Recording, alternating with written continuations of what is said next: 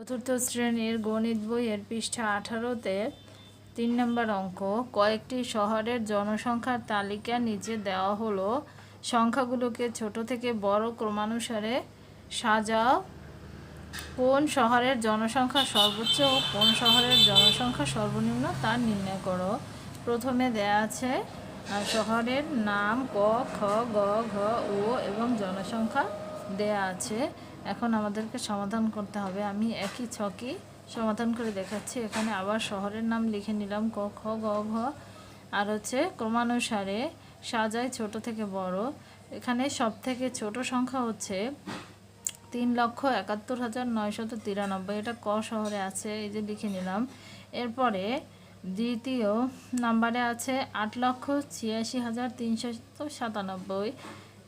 এটি হচ্ছে ও শহরে আছে।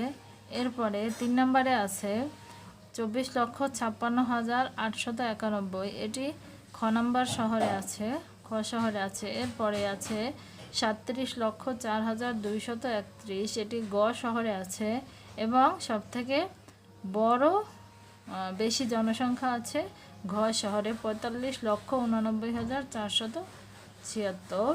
তাহলে আমাদের উত্তর বের করতে হবে সর্বোচ্চ এবং সর্বনিম্ন কোন শহরে আছে। তাহলে উত্তর হচ্ছে ঘ শহরের জনসংখ্যা সর্বোচ্চ 45,89,476 এবং ক শহরের জনসংখ্যা সর্বনিম্ন অর্থাৎ হচ্ছে 3,71,993।